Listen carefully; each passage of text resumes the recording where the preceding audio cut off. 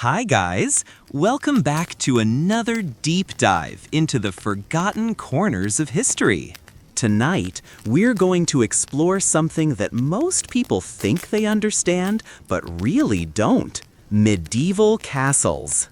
When you picture a castle, you probably imagine fairy tale towers, noble knights, and romantic ballrooms filled with elegant ladies in flowing gowns. But the reality of castle life was far more complex, darker, and frankly more fascinating than any Disney movie could ever capture. We're going to uncover the hidden truths about these massive stone fortresses that dominated Europe for centuries. From their brutal construction methods to the shocking daily realities of the people who lived within their walls. We'll explore the ingenious but terrifying defensive mechanisms, the political intrigue that played out in their great halls, and the surprising technological innovations that emerged from these seemingly primitive structures. This isn't just a story about buildings, it's about power, survival, and the lengths humans will go to protect what they value most. Okay, friends, before you settle in, if you enjoy this kind of deep dive content, then click the like button and don't forget to subscribe. And yes, leave a comment letting me know where you're watching from and what time it is there. I really enjoy seeing where everyone is listening from. Now, dim the lights and turn on the fan. And let's dive into tonight's journey together. The first thing you need to understand about medieval castles is that they weren't built as romantic retreats or symbols of chivalric idealism. They were military installations designed with one primary purpose in mind: to project power and control territory through intimidation and force. When William the Conqueror invaded England in 1066, one of his first acts wasn't to build churches or establish trade routes. Instead, he immediately began construction on a network of castles that would serve as bases of operation for his Norman forces. These early structures, known as motte and bailey castles, could be erected with shocking speed. A determined workforce could have a basic fortification operational within just a few weeks, transforming the political landscape of an entire region almost overnight. The strategic placement of these early castles reveals the sophisticated military thinking behind Norman conquest tactics. Each castle was positioned to control key river crossings, mountain passes, or major roadways that armies would need to traverse. The famous White Tower of London, begun in 1078, wasn't just a royal residence. It was a statement of permanent occupation that could be seen from every approach to the city. The Norman builders understood that controlling territory wasn't just about winning battles. It was about creating a network of strong points that could maintain dominance even when the main army moved on to other campaigns. The transformation of England's landscape following the Norman conquest was unprecedented in its scope and speed. Within 50 years of the invasion, over 500 castles had been constructed across England and Wales, fundamentally altering the way power was exercised and territory controlled. This wasn't random construction. It was a carefully orchestrated campaign of architectural colonization that replaced Anglo-Saxon administrative centers with Norman strongholds. Each castle served as the headquarters for a new feudal lord who owed his position directly to William and his successors, creating a chain of loyalty that extended from the humblest knight to the king himself. The social disruption caused by this massive construction program was enormous and rarely discussed in traditional histories. Entire communities were displaced to make room for castle construction, with Anglo-Saxon villages being demolished to clear space for Norman fortifications. The famous Domesday Book, completed in 1086, documents hundreds of settlements that were described as waste or destroyed to accommodate new castle sites. The human cost of this architectural transformation was measured not just in the lives of construction workers, but in the complete destruction of established communities that had existed for centuries before the Norman arrival. The psychological impact of castle construction on local populations extended far beyond the immediate physical displacement of communities. The very presence of these massive stone fortifications served as constant reminders of conquest and foreign domination that fundamentally altered the relationship between rulers and subjects. Anglo-Saxon communities that had previously governed themselves through local assemblies and traditional leaders suddenly found themselves subject to Norman lords who spoke a different language, followed different customs, and owed their primary loyalty to a foreign king. The construction of a castle in a region signaled the permanent end of old ways of life and the beginning of a new social order that prioritized military efficiency over traditional community relationships. The cultural transformation that accompanied castle construction was as significant as the political changes, though it often occurred gradually over several generations. Norman castle lords typically arrived with their own household staff, military retainers, and administrative personnel, creating parallel social structures that existed alongside but separate from existing Anglo-Saxon communities. Over time, intermarriage and economic necessity led to the gradual blending of Norman and Anglo-Saxon cultures, but this process was often marked by tension and resistance as traditional communities struggled to maintain their identities under foreign rule. The architecture of the castles themselves became symbols of this cultural transformation, with Norman building styles and decorative elements gradually replacing Anglo-Saxon artistic traditions. The legal systems that developed around medieval castles represented a fundamental shift from traditional Germanic law codes toward more centralized and hierarchical forms of justice. Anglo-Saxon communities had traditionally resolved disputes through assemblies of freemen who could examine evidence and render judgments based on customary law and community consensus. The Norman castle system replaced these democratic procedures with feudal courts, where the castle lord served as the sole judge, and decisions were based on his interpretation of Norman legal traditions. This transformation had profound implications for individual rights and community autonomy that would influence English legal development for centuries to come. The economic transformation that accompanied castle construction was perhaps even more disruptive than the political and legal changes. Anglo-Saxon communities had traditionally operated on subsistence agricultural systems, where most production was consumed locally and surplus goods were traded through informal networks of reciprocal exchange. The Norman castle system imposed new forms of taxation and labor obligation that redirected agricultural surplus towards supporting the castle's military and administrative functions.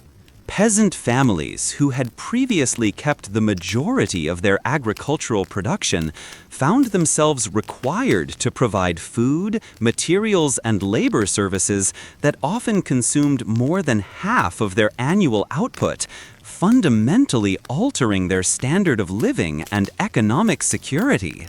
The speed of construction came at a tremendous human cost that historians often gloss over in their academic discussions. The laborers who built these castles weren't volunteers working for fair wages. They were typically local peasants who had been conscripted through feudal obligations, essentially forced labor that operated just one step above outright slavery. These workers would toil from sunrise to sunset, moving massive quantities of earth and stone with nothing more than basic hand tools, wooden wheelbarrows, and sheer human muscle power. The mortality rate among castle construction crews was staggering, though exact records were rarely kept since the lives of peasant laborers were considered expendable by the Norman aristocracy. The working conditions at medieval construction sites were brutally dangerous by any standard. Workers hauling stone blocks up crude wooden ramps faced constant risk of crushing injuries when ropes broke or scaffolding collapsed. The primitive pulley systems used to lift heavy materials were notorious for their unpredictability, and a single mechanical failure could send massive stones plummeting into crowds of workers below. Winter construction was particularly hazardous, as workers struggled to maintain their footing on icy scaffolding while handling tools with numbed fingers. The lime mortar used in castle construction was caustic and could cause severe chemical burns, but protective equipment was non-existent, and workers simply had to endure the damage to their skin and eyes. The organization of medieval construction projects required a level of logistical sophistication that rivals modern industrial operations. Master builders had to coordinate the delivery of materials from multiple sources, sometimes hundreds of miles away. Stone might be quarried in one location, timber harvested from forests dozens of miles distant, and iron tools manufactured by smiths scattered across the countryside. The transportation of these materials over medieval roads was an enormous challenge that required careful planning and substantial financial resources. A single castle project might require thousands of tons of stone, hundreds of massive timber beams, and countless smaller items like nails, rope, and tools. The financing of castle construction reveals another dark aspect of medieval society that contradicts romantic notions of noble chivalry. Castle lords typically funded their building projects through increased taxation and feudal obligations imposed on their peasant populations. Villages that had previously paid modest rents in grain or labor suddenly found themselves required to provide stone, timber, and workers for construction projects that might continue for decades. The burden of castle construction often pushed rural communities to the brink of starvation, as resources that would normally support local subsistence were diverted to serve the military ambitions of the aristocracy. The methods used to extract resources for castle construction revealed the essentially exploitative nature of feudal relationships, despite the theoretical framework of mutual obligation that supposedly governed lord-peasant interactions. Castle lords possessed the legal authority to demand whatever resources they deemed necessary for their construction projects, and peasants had no legal recourse to challenge these demands, regardless of how unreasonable or burdensome they might be. The construction of Château Gaillard in France, built by Richard the Lionheart in the 1190s, required such enormous quantities of stone and labor that entire regions of Normandy were stripped of resources, leading to famine conditions that persisted for several years after the castle's completion. The transportation networks required to support large-scale castle construction projects had lasting impacts on regional development patterns that extended far beyond the completion of individual buildings. The movement of massive quantities of stone, timber, and other materials over medieval roads required the development of improved transportation infrastructure that often became the foundation for later commercial and communication networks. Many European trade routes that remained important throughout the medieval period originated as supply lines for castle construction projects, demonstrating how military needs could inadvertently contribute to broader economic development. The seasonal patterns of medieval construction work created periodic disruptions in agricultural and social life that affected entire regions. Castle construction typically took place during the warmer months, when weather conditions allowed for effective masonry work and when agricultural demands were relatively light. However, this scheduling meant that precisely when peasant communities needed maximum labor for harvest activities, significant portions of their workforce were diverted to construction projects. The resulting agricultural disruptions could cause food shortages that persisted through the winter months, creating hardship that extended far beyond the immediate construction sites. The social mobility created by castle construction projects provided some opportunities for advancement within the rigid hierarchical structure of medieval society, though these opportunities were limited and often came at considerable personal cost. Skilled craftsmen who demonstrated exceptional ability in masonry, carpentry, or engineering might achieve positions of responsibility that elevated their social status and provided access to better living conditions. However, this mobility typically required individuals to leave their home communities permanently and accept the risks associated with dangerous construction work. Many ambitious young men who sought advancement through construction work never lived to enjoy the benefits of their improved status. The international networks that developed to support castle construction created some of the first large-scale commercial enterprises in medieval Europe. The demand for specialized materials like particular types of stone, high-quality timber, or skilled ironwork created trade relationships that connected regions hundreds of miles apart. Italian merchants who supplied marble for castle decoration, German smiths who produced specialized metalwork, and Flemish craftsmen who created tapestries for castle interiors all became part of economic networks that transcended political boundaries and contributed to the gradual development of international commerce that would eventually support the economic expansion of the later medieval period. Archaeological evidence from castle construction sites across Europe reveals a grim picture of working conditions that would shock modern sensibilities. Excavations have uncovered numerous skeletons buried in unmarked graves near castle foundations, many showing signs of crushing injuries consistent with accidents involving heavy stone blocks or collapsed scaffolding. Other remains display evidence of malnutrition and disease, suggesting that workers were often poorly fed and housed in unsanitary conditions that bred illness. The irony is profound. These monuments to medieval power and grandeur were literally built upon the bones of the very people they were designed to suppress and control.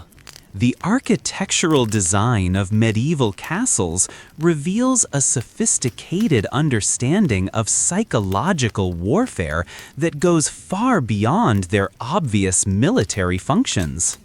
Every element of a castle's appearance was carefully calculated to inspire fear and submission in anyone who approached. The massive stone walls, often over 20 feet thick at the base, weren't just defensive barriers. They were statements of absolute power that could be seen for miles across the countryside. The height of castle towers served multiple purposes beyond providing strategic vantage points. They created an overwhelming sense of scale that made individual human beings feel small and insignificant, reinforcing the social hierarchy that placed the castle's lord at the apex of local society. The entrance to a medieval castle was perhaps the most psychologically manipulative aspect of its design. Visitors approaching the main gate would find themselves channeled through a series of increasingly narrow passages, each one designed to strip away any sense of autonomy or control. The famous gatehouse of Warwick Castle in England serves as a perfect example of this intimidation architecture. Approaching riders would first encounter massive iron-reinforced wooden doors that could only be opened from within. Once past this initial barrier, they would find themselves trapped in a narrow courtyard surrounded by high walls topped with armed guards. Even if the visitors had peaceful intentions, the message was clear. You are now completely at the mercy of the castle's inhabitants. The design of castle gatehouses incorporated numerous features specifically intended to humiliate and intimidate visitors. The entrance passages were deliberately constructed to be too narrow for mounted knights to ride through in formation, forcing them to dismount and approach on foot like common servants. The height of doorways was often calculated to require visitors to bow their heads slightly when entering, creating a subtle but unmistakable gesture of submission. Guard chambers flanked the entrance passages, with arrow slits positioned to allow defenders to observe and potentially target anyone passing through. The message was reinforced by architectural details like carved heraldic symbols that proclaimed the Lord's authority and reminded visitors of their subordinate status. The evolution of gatehouse design throughout the medieval period reflects the increasing sophistication of psychological warfare techniques. Early Norman castles featured relatively simple gates that focused primarily on physical defense. By the 13th century, however, castle builders were incorporating elaborate systems of multiple portcullises, murder holes, and trapped courtyards that could disorient and terrorize attackers.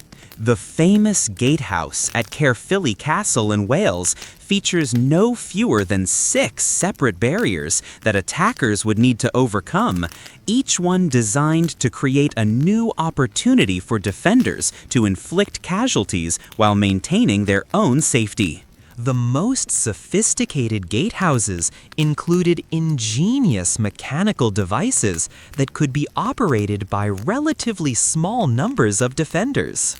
Counterweight systems allowed a single operator to control massive portcullises that would require dozens of men to lift manually. Pivoting bridges could be withdrawn instantly, stranding attackers in predetermined killing zones. Some gatehouses featured false floors that could collapse under the weight of attacking soldiers, dropping them into pits where they could be captured or eliminated at leisure. These mechanical innovations required considerable engineering skill and represented significant financial investments that only the wealthiest castle lords could afford. The development of these sophisticated defensive mechanisms reflected a broader trend toward the mechanization of warfare that would eventually transform military technology throughout Europe. The engineering principles that governed counterweight systems and mechanical traps were applied to the development of siege engines, water-powered mills, and eventually to the mechanical clocks that would revolutionize medieval timekeeping. The master engineers who designed castle defenses often possessed mathematical and technical knowledge that was far advanced beyond what most people associate with medieval technology, and their innovations contributed to technological developments that extended far beyond military applications. The psychological effects of these elaborate defensive systems were often as important as their practical military value. Attacking forces who encountered sophisticated mechanical defenses often became demoralized and reluctant to continue their assault, particularly when they realized that they were facing defensive systems that could inflict casualties while exposing defenders to minimal risk. The reputation of certain castles for possessing particularly ingenious or deadly defensive mechanisms could sometimes deter attacks entirely, demonstrating how psychological warfare could be as effective as physical fortifications in protecting medieval strongholds. The maintenance and operation of complex defensive systems required specialized knowledge and skills that created new categories of employment within castle communities. Master engineers who understood the mechanical principles behind defensive systems commanded high wages and considerable respect within castle hierarchies. These technical specialists often traveled between different castle projects, sharing knowledge and innovations that gradually improved defensive capabilities throughout medieval Europe. The apprenticeship systems that developed to train the next generation of defense engineers created some of the first formal technical education programs in medieval society. The cost of constructing and maintaining sophisticated defensive systems was enormous and often exceeded the financial resources of individual castle lords. The mechanical components required high-quality metals and precision manufacturing that could only be provided by the most skilled craftsmen, while the ongoing maintenance of these systems required continuous investment in repairs and replacements. Many castle lords found that they could not afford to implement the most advanced defensive technologies, creating disparities in defensive capabilities that could determine the outcomes of military conflicts. The financial burden of maintaining state-of-the-art defenses was one of the factors that eventually contributed to the decline of private castle construction as centralized monarchies developed alternative approaches to territorial defense. The evolution of attacking techniques in response to sophisticated castle defenses created an ongoing arms race that drove continuous arms race in both offensive and defensive military technologies. As castle builders developed more effective ways to protect their strongholds, besieging armies responded with improved siege engines, new tactical approaches, and eventually with early gunpowder weapons that could overcome traditional stone fortifications. This competitive dynamic between attackers and defenders contributed to the rapid pace of military innovation during the later medieval period, and eventually led to the development of new forms of fortification that would characterize Renaissance warfare. The most famous defensive feature of medieval castles, the portcullis, was actually a relatively late innovation that didn't become common until the 13th century. This massive iron grating could be dropped at a moment's notice to trap attackers in the gatehouse, where they could be eliminated through murder holes in the ceiling above. What many people don't realize is that portcullises weren't just defensive mechanisms. They were also powerful symbols of the Lord's absolute authority over who could enter or leave his domain. The heavy iron bars served as a constant reminder that freedom of movement was a privilege that could be revoked at any moment. Inside the castle walls, the daily reality of medieval life was far removed from the romanticized versions we see in popular media. The Great Hall, often portrayed as a scene of magnificent feasts and courtly entertainment, was actually a multi-purpose space that served as courthouse, dining room, sleeping quarters for servants, and administrative center, all rolled into one. Privacy, as we understand it today, simply didn't exist for anyone living in a medieval castle. Even the Lord and his family had very little personal space, and their activities were constantly observed by servants, guards, and various hangers-on who made up the castle's complex social ecosystem. The lack of privacy in medieval castles extended to the most intimate aspects of daily life. Bedchambers were typically shared spaces where multiple family members slept in the same room, often in the same bed. Servants would sleep on floors or in small alcoves adjacent to their master's chambers, ready to respond to needs at any hour of the day or night. The concept of personal space was virtually unknown, and even the most private activities, like bathing or dressing, would be performed in the presence of servants whose discretion was simply taken for granted. This constant lack of solitude had profound psychological effects on castle inhabitants, contributing to the development of elaborate codes of courtesy and behavior that allowed people to maintain some semblance of personal dignity despite the complete absence of physical privacy. The daily schedule within a medieval castle was rigidly structured and varied according to social rank and seasonal requirements. The Lord and his family would typically rise at dawn for morning prayers in the castle chapel, followed by a light breakfast and a review of the day's administrative duties. The morning hours were usually devoted to meeting with officials, hearing legal cases, or receiving visitors who had business with the castle's lord.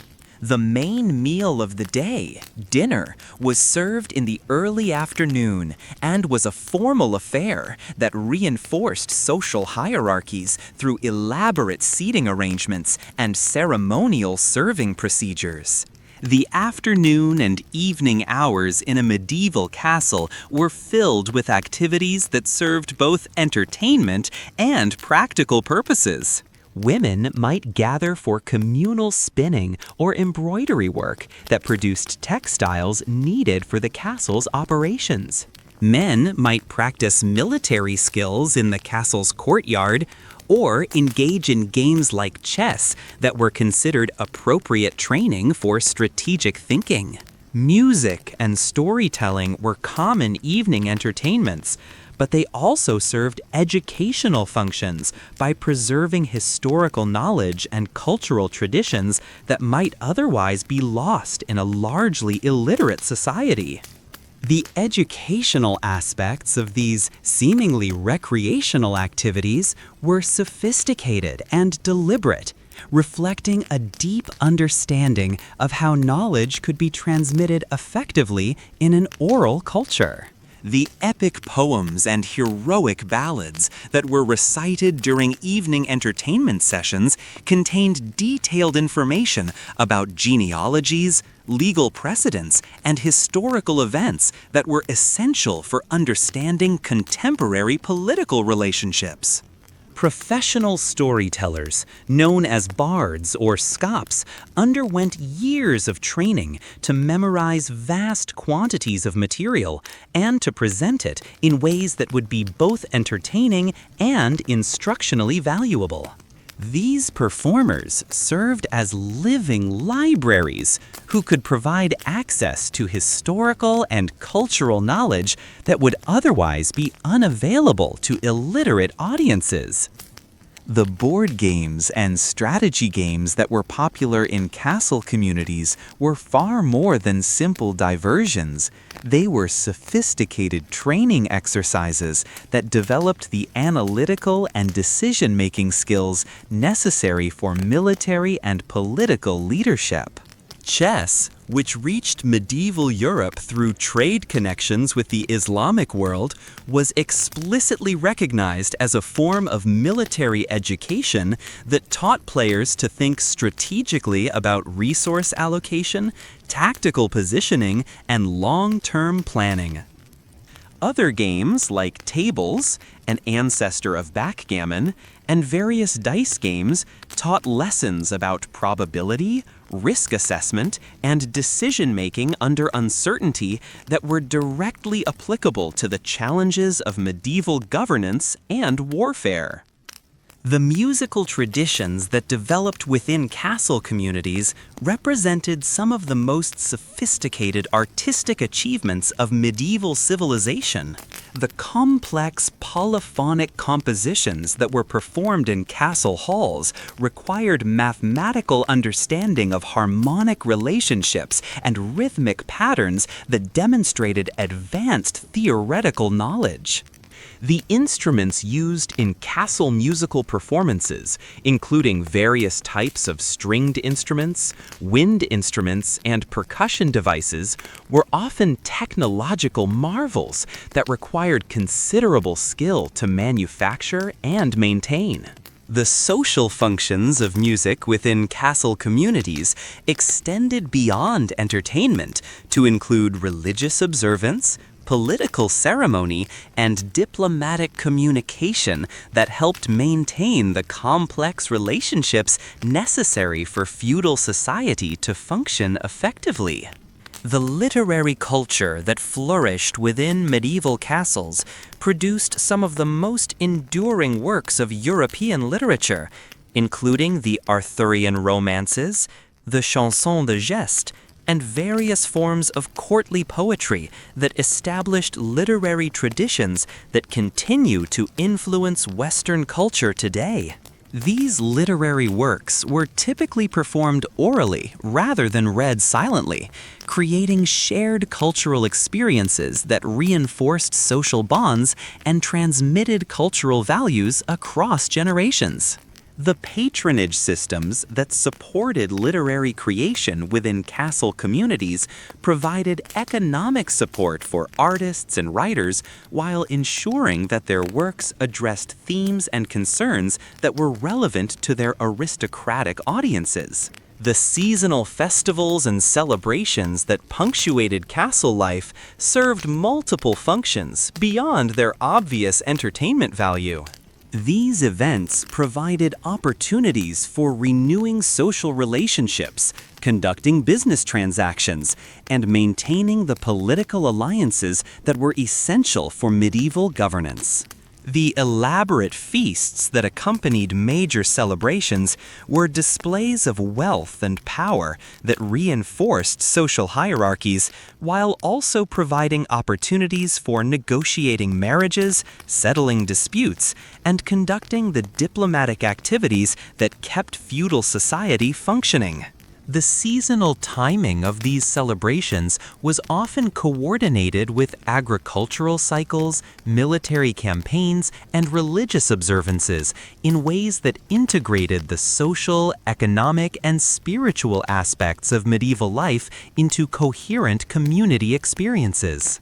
The seasonal rhythms of castle life created distinct patterns of activity that shaped the experiences of everyone within the walls. Spring brought intensive preparations for military campaigns, with weapons being cleaned and repaired, horses trained and conditioned, and supplies gathered for extended expeditions. The castle's workshops would buzz with activity as smiths forged new armor and weapons, while the kitchen staff planned provisions for armies that might be away from home for months at a time.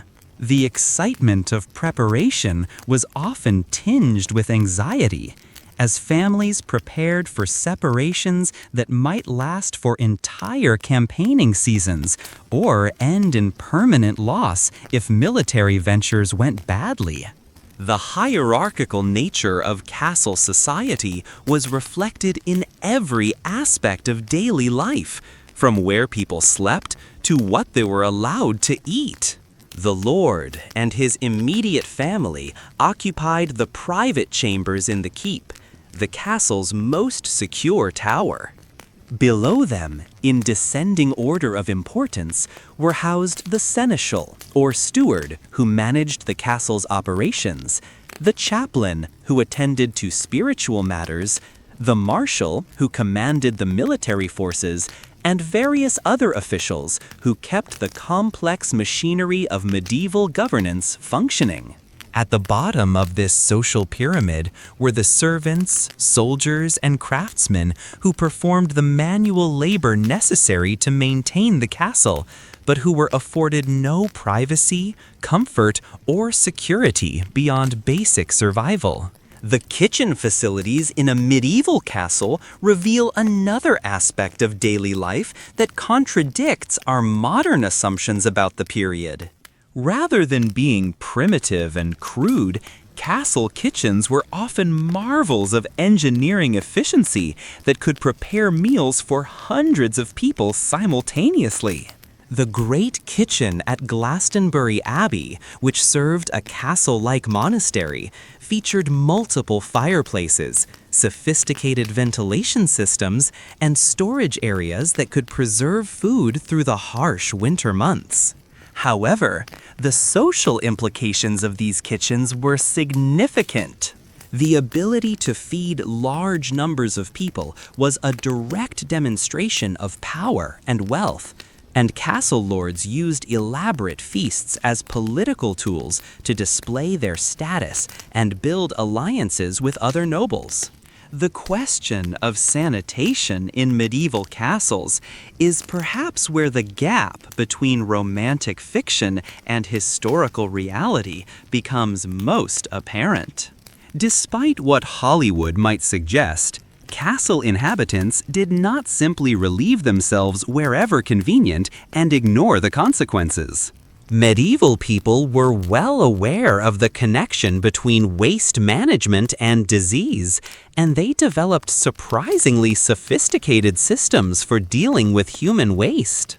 Castle garderobes, or latrines, were typically built into the outer walls of the structure, with waste falling into moats or rivers below. Some castles featured elaborate networks of stone channels that carried waste away from living areas using gravity and flowing water. The engineering of medieval waste management systems reveals a level of technical sophistication that contradicts popular assumptions about the period.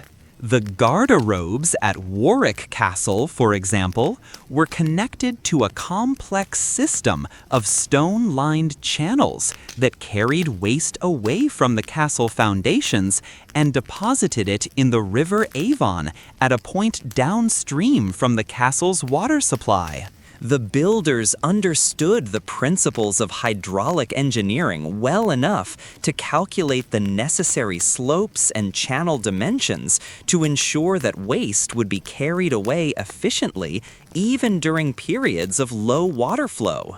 Some castles featured multiple levels of garderobes connected to the same waste management system, requiring careful engineering to prevent backups and ensure that upper-level facilities could function properly. The maintenance of these sanitation systems required constant attention and specialized knowledge. Castle staff included workers whose primary responsibility was keeping the waste management systems functioning properly. These workers, often called gong farmers, were essential to castle operations but occupied one of the lowest positions in the social hierarchy. They were typically paid higher wages than other manual laborers, partly to compensate for the unpleasant nature of their work, and partly because their specialized knowledge made them valuable and difficult to replace. The work was not only unpleasant, but genuinely dangerous, as workers could be overcome by toxic gases or drown in the channels they were trying to clean. The sophistication of medieval understanding of public health extended beyond waste management to include water supply and food safety systems. Castle wells were typically lined with stone and covered to prevent contamination, and water sources were regularly tested by designated officials who had learned to recognize signs of pollution or disease. Food storage areas were designed with ventilation systems that prevented spoilage and pest infestation, while kitchens included features like smokehouses and salt storage areas that allowed for food preservation over long periods.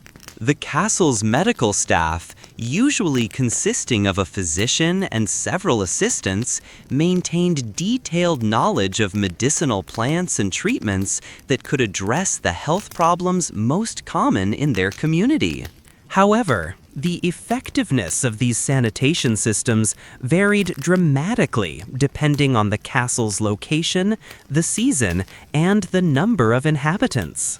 During sieges, when castles might house hundreds of additional soldiers and refugees, the waste management systems could become completely overwhelmed, creating conditions that were not only unpleasant, but genuinely dangerous to human health. The siege of Chateau Gaillard in 1204 provides a historical example of how sanitation problems could affect military outcomes. The attacking French forces deliberately contaminated the castle's water supply, leading to dysentery outbreaks among the defenders that weakened their ability to resist. The defensive capabilities of medieval castles extended far beyond their impressive stone walls and towers. Castle designers developed increasingly sophisticated systems of concentric defenses that could channel attacking forces into predetermined killing zones where they could be eliminated with maximum efficiency. The approach to a well-designed castle would force attackers to navigate through multiple layers of obstacles, each one designed to slow their advance and expose them to defensive fire from the walls above. Moats served not just as water barriers, but as killing fields, where attacking forces would become bogged down in mud and debris while being targeted by archers stationed on the battlements. The construction of effective defensive moats required careful attention to local geography and hydrology. Engineers had to ensure that water levels could be maintained throughout the year, even during drought conditions, while also preventing the moat from becoming stagnant and breeding disease. Many castle moats were fed by diverted streams or rivers, requiring the construction of dams, channels, and sluices that could control water flow precisely. The famous moats at Kenilworth Castle were created by damming a local stream and flooding several hundred acres of surrounding countryside, creating a water barrier so extensive that attackers couldn't easily find dry ground from which to launch their assault. The defensive value of moats extended beyond their function as physical barriers. The water could be used to power mills and other mechanical devices that supported the castle's operations, creating an economic resource as well as a military one. Some castles used their moats for fish farming, providing a renewable source of protein that could sustain the garrison during extended sieges. The moats also served as repositories for waste and debris that could be dumped from the castle walls, creating additional obstacles for attackers while disposing of materials that might otherwise clutter the castle's interior spaces. The development of specialized siege weapons during the medieval period led to an arms race between attackers and defenders that drove continuous innovation in castle design. As catapults and trebuchets became more powerful and accurate, castle builders responded by developing thicker walls, angled surfaces that could deflect projectiles, and protected galleries that allowed defenders to move safely along the battlements. The introduction of early gunpowder weapons in the 14th century forced another round of architectural evolution, with castle designers incorporating features like gun loops and cannon platforms that allowed defenders to employ the new technology while maintaining their protective advantages. The psychological warfare aspects of castle defense were as important as the physical obstacles and weapons. Defenders would often display the heads of captured enemies on spikes above the castle gates, sending a clear message about the fate awaiting anyone who dared to attack. The bodies of executed prisoners might be hanged from the castle walls, where they would remain visible for weeks as they decomposed, creating a gruesome spectacle designed to demoralize potential attackers.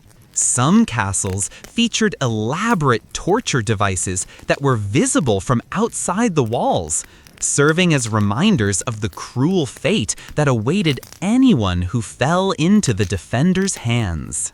The coordination of castle defenses required sophisticated communication systems that allowed commanders to direct their forces effectively during combat. Castle towers were equipped with bell systems that could transmit coded messages across long distances, while signal fires could be used to communicate with allied forces or request assistance from neighboring castles. The development of these communication networks created the first systematic approaches to military intelligence and coordination that would later evolve into the command and control systems used by modern armies. The intelligence-gathering capabilities of medieval castles were far more extensive and sophisticated than most people realize. Castle lords maintained networks of informants, scouts, and diplomatic contacts that provided regular information about political developments, military movements, and economic conditions throughout their regions and beyond. This intelligence was often more accurate and timely than the information available to central governments, giving successful castle lords significant advantages in political and military decision-making. The methods used to gather and analyze this intelligence included sophisticated techniques for evaluating the reliability of sources, cross-referencing multiple reports, and identifying patterns that might indicate developing threats or opportunities. The cryptographic techniques used to protect sensitive communications between castles represented some of the most advanced information security methods of the medieval period. Castle scribes developed various forms of coded writing that could protect important messages from interception by enemies, while diplomatic correspondence often included authentication systems that could verify the identity of senders and prevent forgery. These early cryptographic systems required mathematical knowledge and logical thinking that were quite advanced for their time, and they established precedents for information security that would influence the development of more sophisticated encryption methods in later periods. The logistics systems that supported castle military operations required careful coordination of supply lines, transportation networks, and storage facilities that could maintain fighting forces over extended periods. Castle administrators had to calculate precisely how much food, equipment, and other supplies would be needed for various types of military operations, and they had to develop reliable methods for transporting these materials over long distances and difficult terrain. The success of medieval military campaigns often depended more on logistical efficiency than on tactical brilliance, making the administrative capabilities of castle-based supply systems crucial factors in determining the outcomes of conflicts. The diplomatic protocols that governed interactions between different castle-based political entities created some of the first systematic approaches to international relations in medieval Europe. These protocols included detailed procedures for conducting negotiations, establishing treaties, and maintaining peaceful relationships between potentially hostile neighbors. The diplomatic correspondence that passed between castles often involved complex discussions of legal precedents, territorial claims, and mutual obligations that required considerable knowledge of customary law and political tradition. The success of these diplomatic efforts often determined whether disputes would be resolved peacefully or would escalate into costly and destructive military conflicts. The alliance systems that connected different castle-based political entities created networks of mutual support and cooperation that could provide security benefits that individual castles could never achieve on their own. These alliances were typically formalized through marriage relationships, written treaties, and ceremonial exchanges that created lasting obligations between different noble families. The maintenance of these alliance systems required constant attention to changing political conditions, careful management of conflicting interests, and skillful diplomacy that could preserve cooperative relationships even when short-term interests might suggest alternative approaches. The success of these alliance systems often determined the balance of power within regions and could influence the outcomes of major political developments throughout medieval Europe. The evolution of siege warfare during the medieval period led to an ongoing arms race between castle builders and military engineers seeking to overcome their defenses. As attackers developed more sophisticated siege engines, castle designers responded with innovations like machicolations, stone projections that allowed defenders to drop stones, boiling oil, or other materials directly onto attackers below. The famous concentric castle design, exemplified by Edward I's constructions in Wales, featured multiple rings of walls that could be defended independently, ensuring that even if attackers breached the outer defenses, they would still face additional layers of resistance. The psychological aspect of siege warfare was often more important than the purely military elements. A successful siege required not just the ability to breach the castle's physical defenses, but also the capacity to break the will of the defenders inside. Siege commanders would often employ tactics designed to demoralize the castle's inhabitants, such as displaying the heads of captured defenders, or using trebuchets to hurl diseased animal carcasses over the walls. The goal was to create conditions inside the castle that would make surrender seem preferable to continued resistance. The role of women in medieval castle society was complex and often contradicted the passive stereotypes that dominate popular culture. While it's true that women in the medieval period faced significant legal and social restrictions, the reality of castle life often required them to take on responsibilities that would have been considered inappropriate in other contexts. The lady of the castle was typically responsible for managing the domestic aspects of castle operations, which could include overseeing food storage and preparation, managing servants, and ensuring that the castle's defenses were maintained during the lord's absence. This was no small responsibility. A large castle might house several hundred people, and keeping them fed, clothed, and organized required considerable administrative skill. The education and training of noble women in medieval castles was far more extensive than popular culture suggests. Young ladies were expected to master not only traditional feminine skills like embroidery and music, but also practical abilities like accounting, estate management, and basic medical care.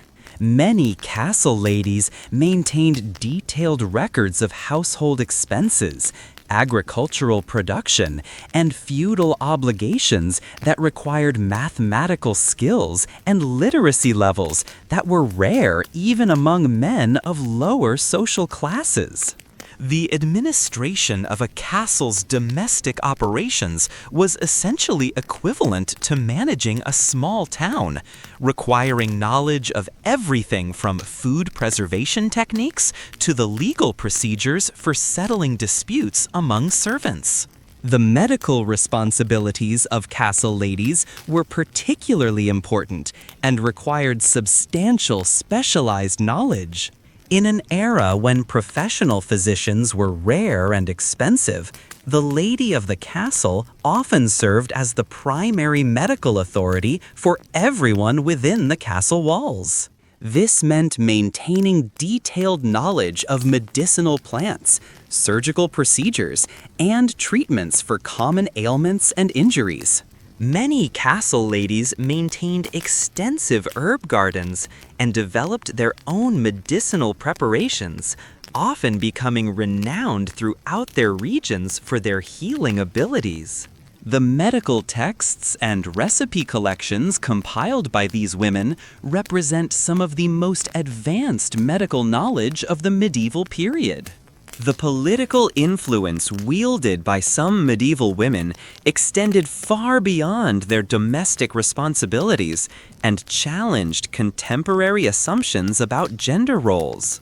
Women like Eleanor of Aquitaine, who inherited vast territories in her own right and played crucial roles in the politics of both France and England, demonstrate that exceptional women could achieve remarkable power despite the legal and social obstacles they faced. These powerful women often used their castles as centers of political activity, hosting courts that rivaled those of kings and making political decisions that affected thousands of people. Their success required not only intelligence and administrative skill, but also the ability to navigate complex political networks and military alliances that could determine the fate of entire kingdoms. The military leadership demonstrated by some medieval women during siege warfare reveals capabilities that contradict traditional assumptions about gender roles in medieval society.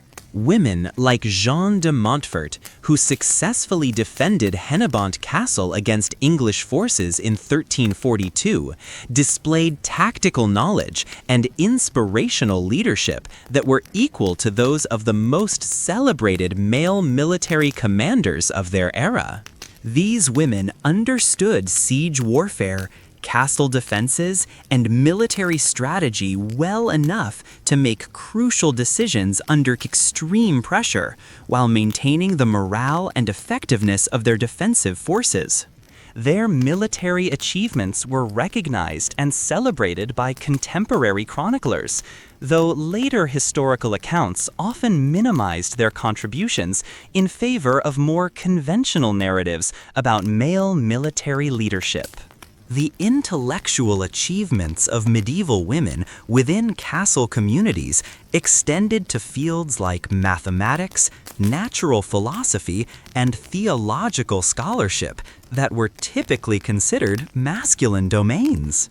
Women like Hildegard of Bingen, who maintained extensive correspondence with political and religious leaders throughout Europe while developing original theories about medicine, cosmology, and theology, demonstrate the intellectual capabilities that could flourish when women had access to educational resources and political protection. The libraries and scriptoriums associated with some castles provided opportunities for women to engage in scholarly activities that would have been impossible in most other medieval contexts, creating environments where female intellectual achievement could develop and flourish. The economic management responsibilities assumed by many castle ladies required sophisticated understanding of financial systems, agricultural management, and commercial relationships that were essential for maintaining their family's political and social positions. These women had to understand complex legal relationships involving property rights, inheritance law, and feudal obligations, while also managing practical concerns like food production, textile manufacturing, and household administration.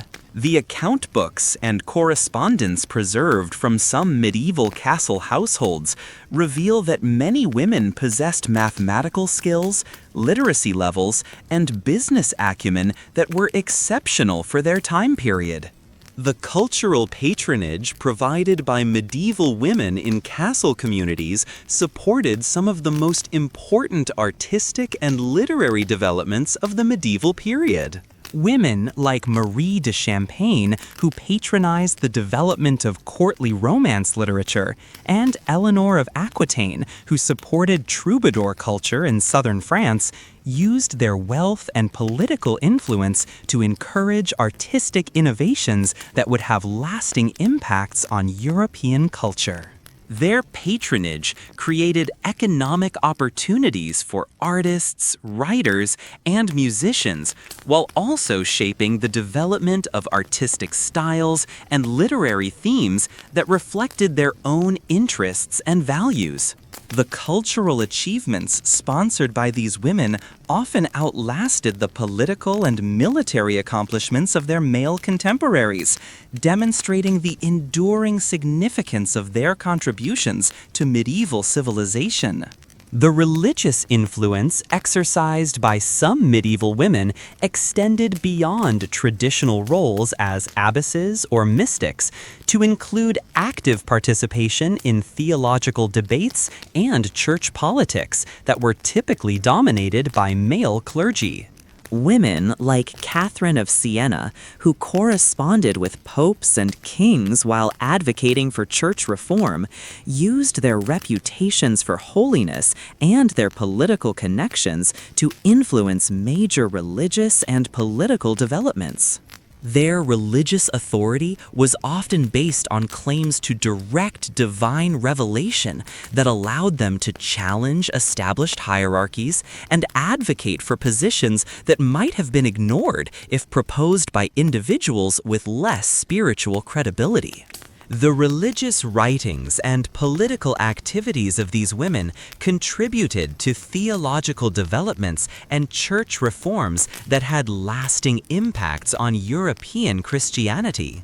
Some medieval women took on even more dramatic roles in castle defense. The Countess of Buchan defended her castle against English forces during the Scottish Wars of Independence, personally directing the defense and inspiring her garrison to resist even when faced with overwhelming odds.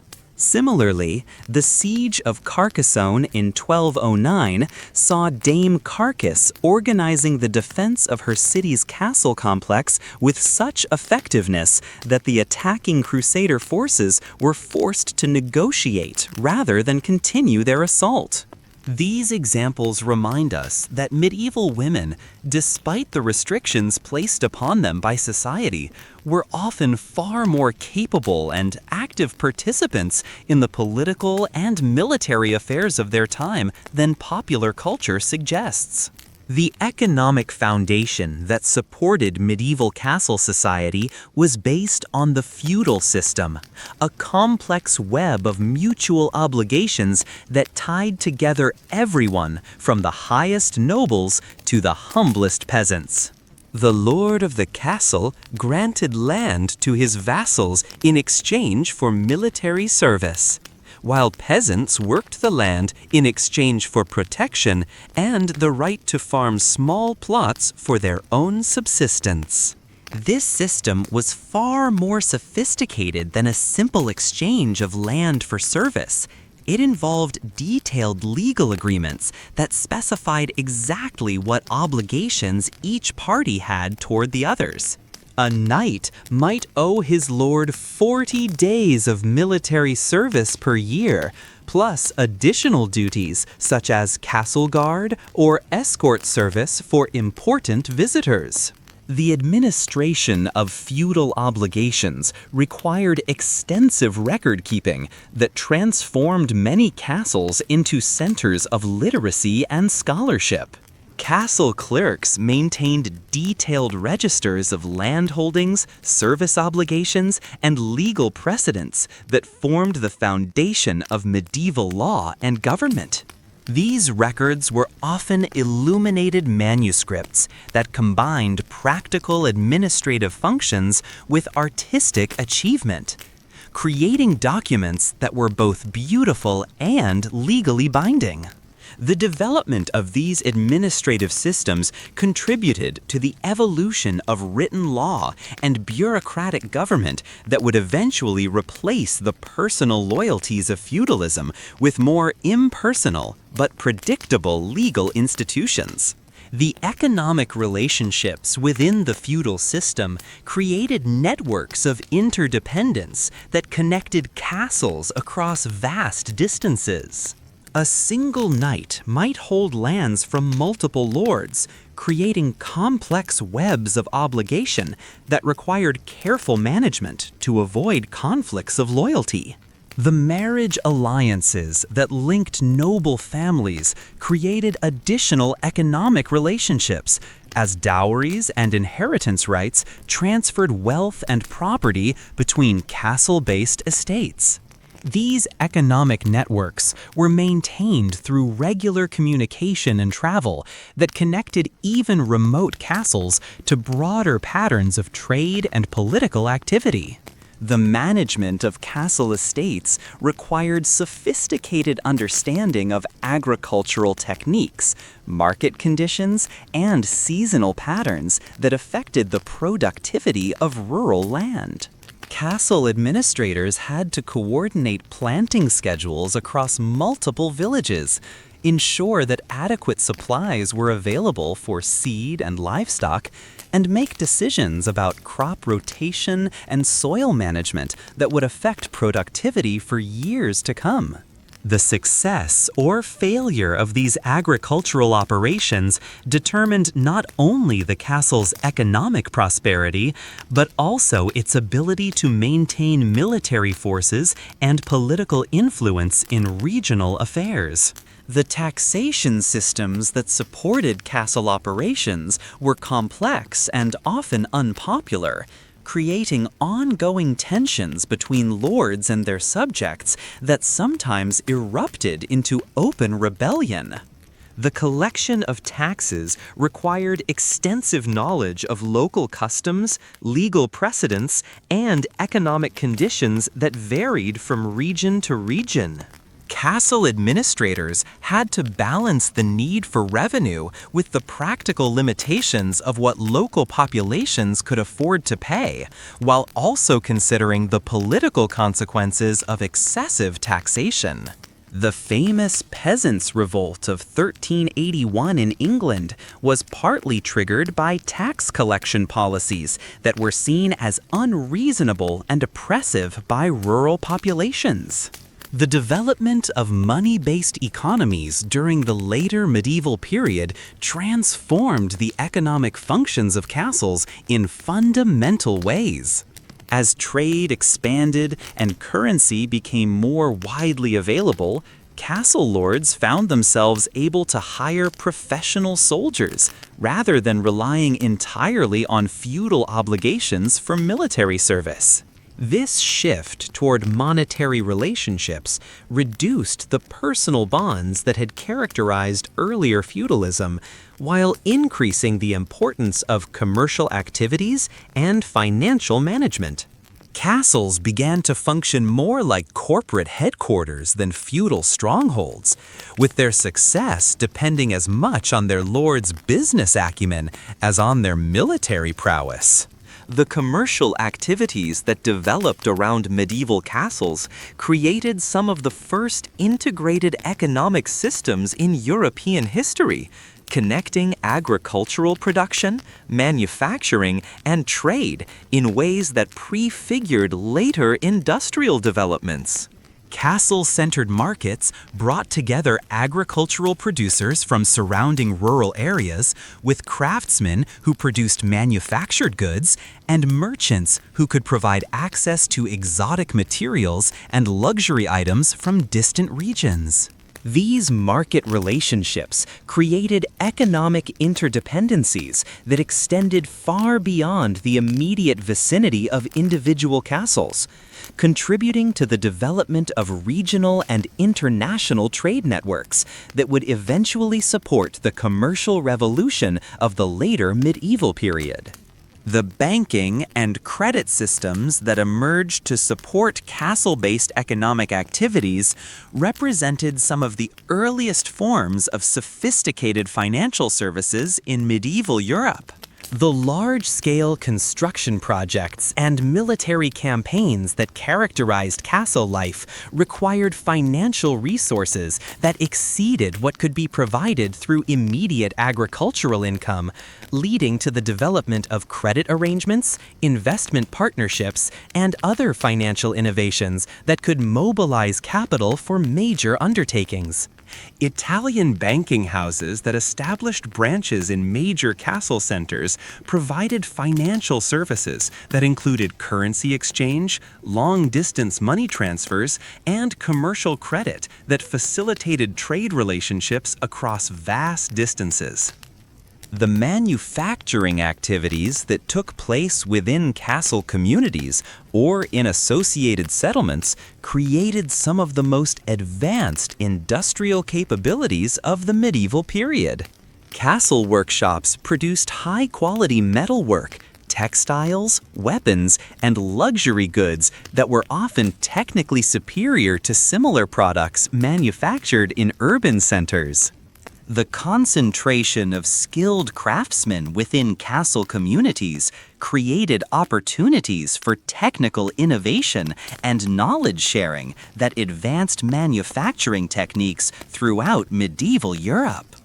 These manufacturing capabilities often became major sources of revenue that could support castle operations and military activities, while also providing employment for local populations. The agricultural innovations that were developed on castle estates contributed to significant improvements in food production that supported population growth throughout medieval Europe. Castle administrators had strong incentives to maximize agricultural productivity on their lands, leading to experimentation with new crops, improved farming techniques, and more efficient land use patterns. The three-field system of crop rotation, the development of heavy plows that could work difficult soils, and the introduction of new crops like legumes that could improve soil fertility were often first implemented on castle estates before being adopted by other agricultural communities. These innovations contributed to the agricultural revolution that supported the population growth and urban development that characterized the later medieval period. The technological innovations that emerged from castle-based economic activities extended beyond agriculture and manufacturing to include developments in transportation, communication, and energy utilization that had lasting impacts on European technological development. The mills that were constructed to serve castle communities often featured advanced engineering that maximized the efficiency of water or wind power, while the road and bridge construction that connected castles to broader transportation networks contributed to infrastructure development that supported commercial expansion throughout medieval Europe. The communication systems that connected different castle-based economic centers created information networks that facilitated commercial decision-making and contributed to the development of more sophisticated market relationships. The castle served as the administrative center for this complex economic system. The Great Hall would regularly be transformed into a courthouse where disputes over land rights, inheritance claims, and feudal obligations would be settled. The lord of the castle served as judge in these proceedings, but his decisions were not arbitrary. They were based on customary law and precedent that had developed over generations. The castle's clerks maintained detailed records of these legal proceedings, creating archives that provide modern historians with invaluable insights into the daily functioning of medieval society. The agricultural lands surrounding a castle were organized with military defense as a primary consideration. Villages and farmsteads were positioned to provide early warning of approaching enemies while also ensuring that their inhabitants could retreat to the castle's protection when necessary. The famous nucleated village pattern that characterized much of medieval Europe, with houses clustered tightly around a central church and manor house, was designed to facilitate rapid evacuation during times of crisis. Fields were laid out in strips that could be quickly abandoned, with the most valuable crops grown closest to the castle, where they could be harvested even during brief sieges. The technological innovations that emerged from medieval castle construction had implications far beyond military engineering. The techniques developed for quarrying, transporting, and precisely fitting massive stone blocks advanced the entire field of construction engineering. Castle builders pioneered the use of mathematical principles in architectural design, creating structures that could support enormous weights while maintaining structural integrity over centuries. The flying buttresses that we associate with Gothic cathedrals were actually first developed for castle construction, where they were used to support high walls that needed to withstand the impact of siege engines. The development of advanced masonry techniques during castle construction periods revolutionized building practices throughout medieval Europe. Master masons developed sophisticated methods for cutting and shaping stone blocks that allowed for precise fits without the use of mortar in critical stress-bearing joints. These techniques required mathematical understanding of geometric principles and engineering knowledge of load distribution that was far advanced beyond what most people associate with medieval technology. The tools and methods developed for castle construction were subsequently applied to cathedral building, urban fortifications, and eventually to the construction of palaces and public buildings that shaped the architectural landscape of Renaissance Europe. The quarrying operations that supplied stone for castle construction became major industrial enterprises that transformed entire regions. The famous quarries at Caen in Normandy supplied limestone for castle construction throughout England and northern France, requiring the development of transportation networks and trade relationships that connected rural quarry sites to construction projects hundreds of miles away. These quarrying operations employed thousands of workers and required sophisticated logistics systems to coordinate the extraction, finishing, and transportation of building materials. The techniques developed for medieval quarrying operations laid the groundwork for industrial mining methods that would become crucial during later periods of economic development.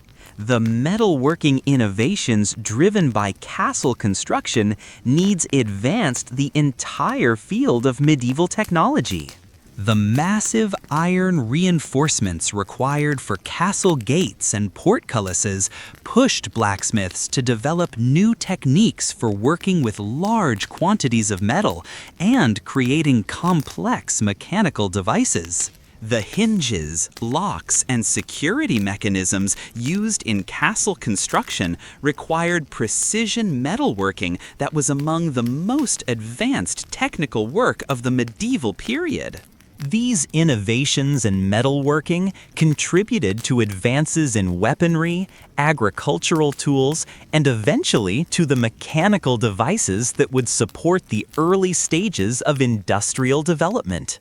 The engineering challenges of castle construction led to innovations in project management and construction coordination that influenced building practices for centuries. Master builders developed systematic approaches to organizing large workforces, coordinating material deliveries, and scheduling complex construction sequences that required multiple specialized trades to work together efficiently.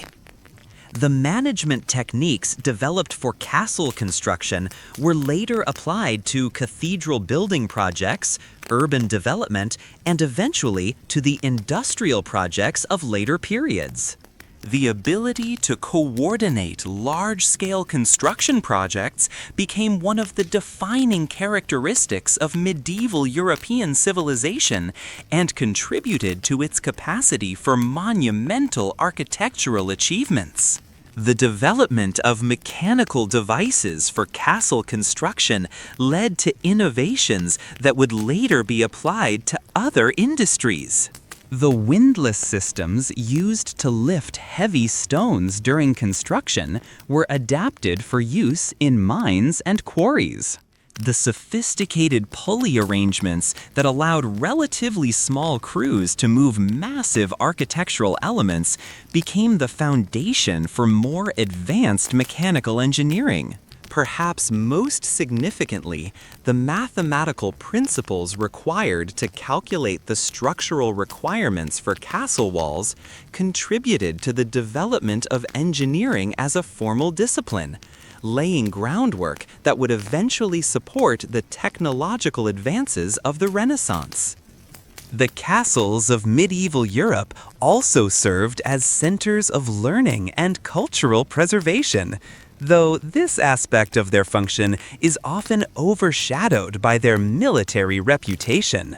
Many castles maintained extensive libraries that preserved classical texts, religious manuscripts, and legal documents that might otherwise have been lost during the political upheavals of the period.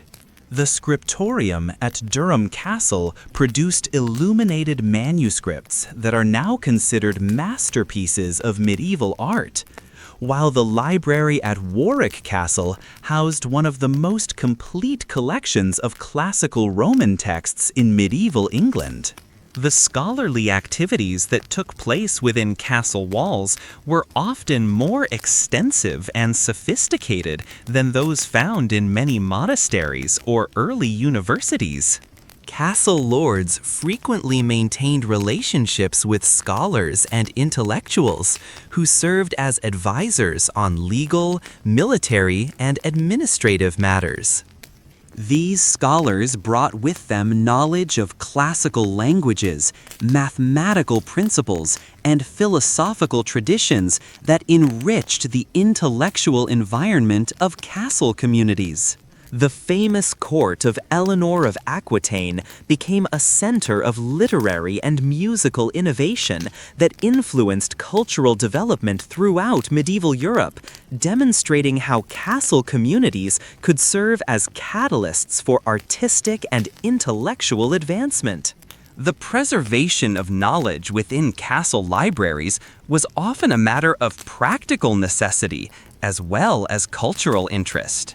Legal documents, genealogical records, and administrative procedures had to be maintained with careful attention to accuracy and preservation if castle lords were to defend their rights and interests in the complex political environment of medieval Europe. The development of systematic archival practices within castle libraries contributed to the evolution of historical scholarship and legal documentation that formed the foundation of medieval governmental institutions. Many of the administrative practices that characterized later European bureaucracies were first developed and refined within castle-based governmental systems. The educational functions of medieval castles extended beyond the preservation of existing knowledge to include the training of young people who would eventually assume positions of responsibility within feudal society. The practice of sending young nobles to serve as pages and squires in the households of established lords created educational networks that transmitted practical knowledge about governance, military strategy, and social relationships across generations. These informal educational systems were often more effective than formal schools in preparing young people for the complex responsibilities they would face as adults in medieval society. The musical and artistic traditions that developed within castle communities created cultural innovations that influenced European civilization for centuries. The troubadour tradition that emerged from the castle courts of southern France developed new forms of poetry and music that celebrated concepts of romantic love and chivalric honor. These artistic innovations spread throughout Europe through networks of traveling entertainers and scholars who moved between castle communities, creating cultural connections that transcended political boundaries.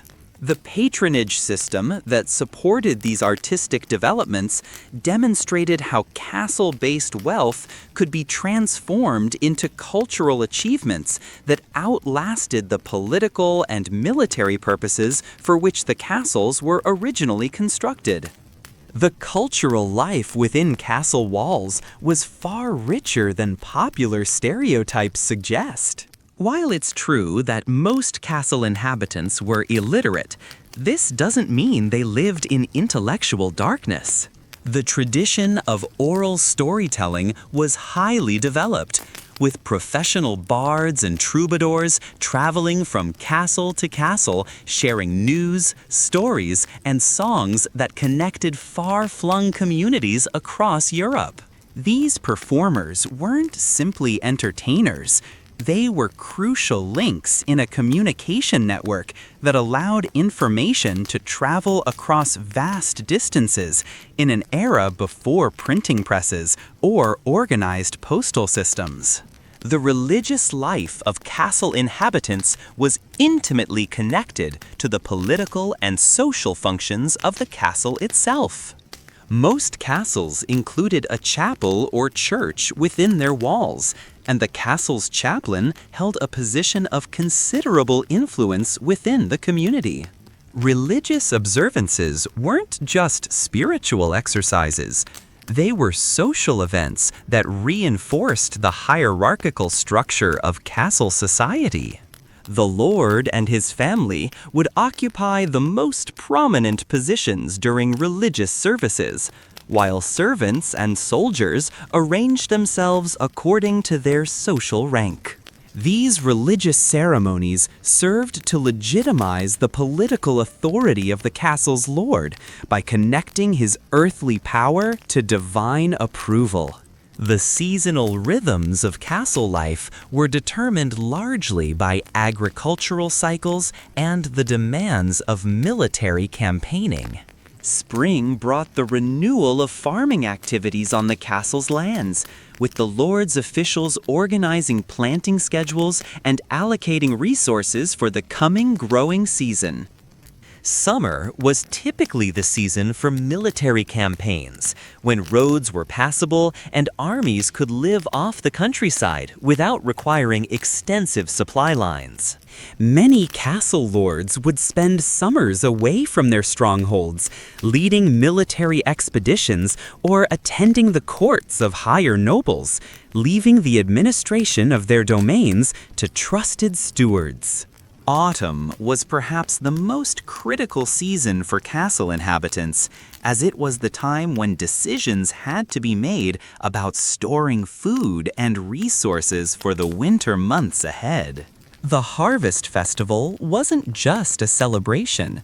It was a crucial economic and social event where the lord would assess his domain's productivity and make decisions about taxation, military obligations, and resource allocation for the coming year. The Great Hall would be filled with representatives from every village and farmstead within the castle's territory, creating a temporary parliament where local concerns could be addressed and disputes resolved.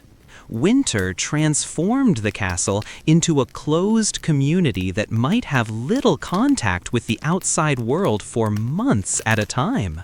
The massive stone walls that provided protection during military campaigns became prison-like barriers that confined inhabitants to a limited space with the same people day after day. The psychological pressure of winter confinement was significant, and castle life during these months required careful management to prevent conflicts from escalating into serious disruptions. The Lord's Hall would host regular entertainments, musical performances, storytelling competitions, and elaborate games that served not just as diversions, but as necessary pressure valves for a community under stress. The question of castle maintenance reveals another aspect of medieval life that contradicts romantic stereotypes. These massive stone structures required constant attention and repair to remain functional. The mortar between stones would deteriorate over time, requiring skilled masons to repoint entire sections of wall. Wooden elements like floors, roofs, and defensive structures needed regular replacement, creating an ongoing demand for skilled carpenters and timber resources. The cost of maintaining a castle was enormous, often consuming the majority of a lord's annual income from his lands. The specialized workforce required for castle maintenance created unique communities of skilled craftsmen who possessed knowledge and abilities that were essential but often taken for granted.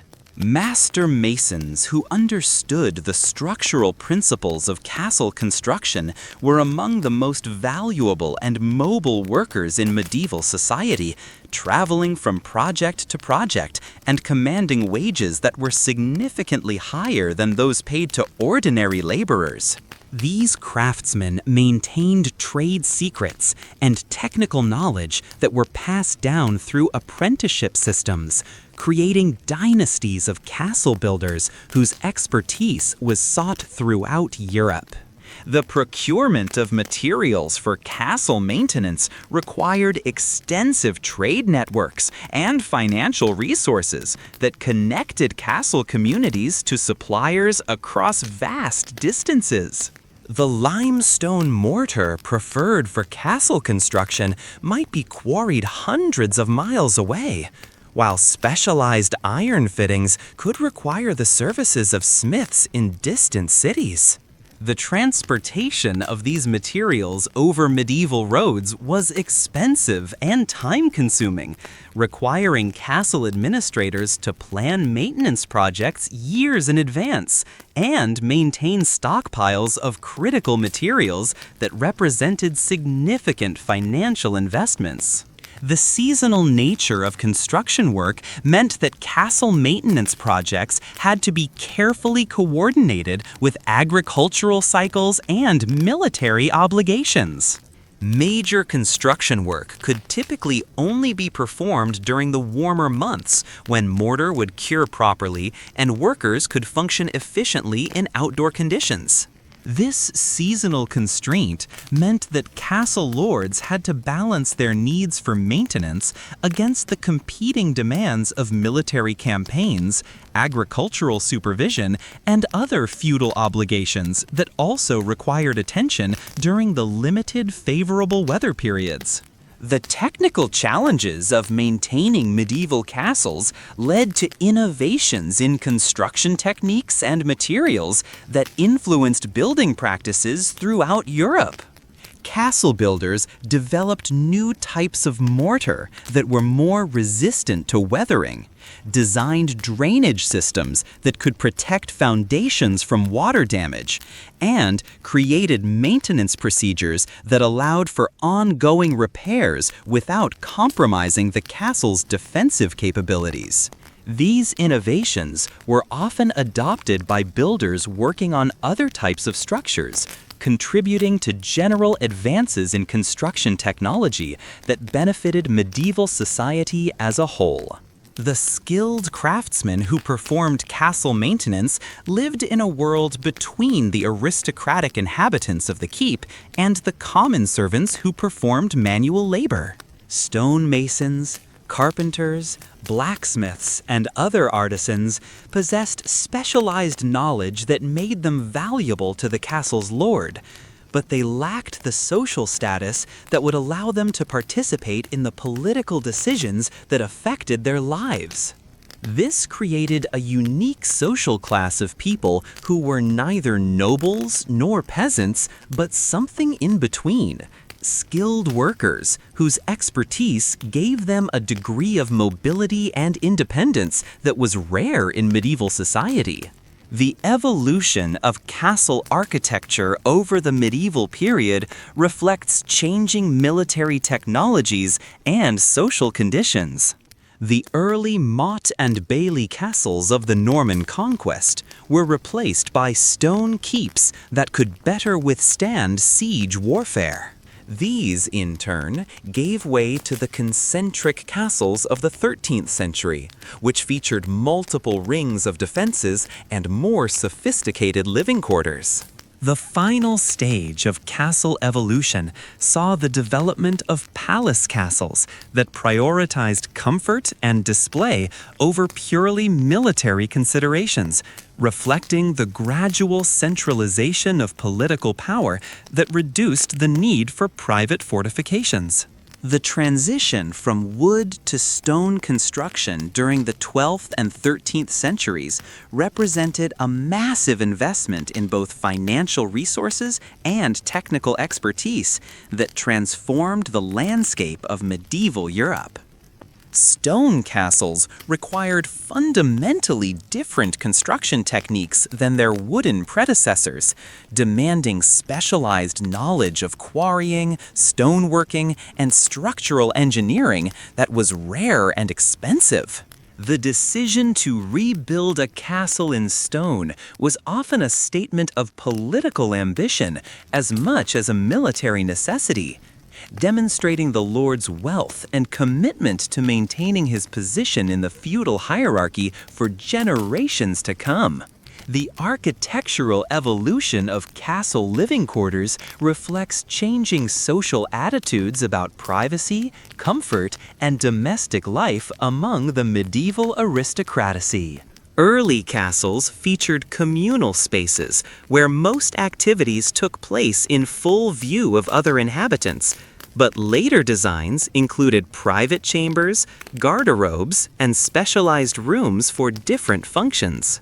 The development of window glass during the 13th century allowed for larger openings that admitted light while maintaining security, transforming the internal environment of castles and making them more comfortable places to live. These improvements in domestic architecture eventually influenced the design of non-military buildings throughout Europe. The integration of defensive and residential functions in later medieval castles required sophisticated architectural solutions that balanced military necessity with domestic comfort. Designers had to create living spaces that were secure against attack, while also providing the comfort and dignity expected by aristocratic inhabitants. This challenge led to innovations like the development of private staircases that allowed family members to move between floors without passing through public areas. The creation of interior courtyards that provided light and air while remaining protected from attack. And the design of chambers that could serve multiple functions depending on the castle's military status. The influence of castle architecture on the development of medieval towns and cities was profound and long-lasting. Many European cities grew up around castle foundations, with their street patterns and building styles influenced by the defensive considerations that originally determined the castle's location and design.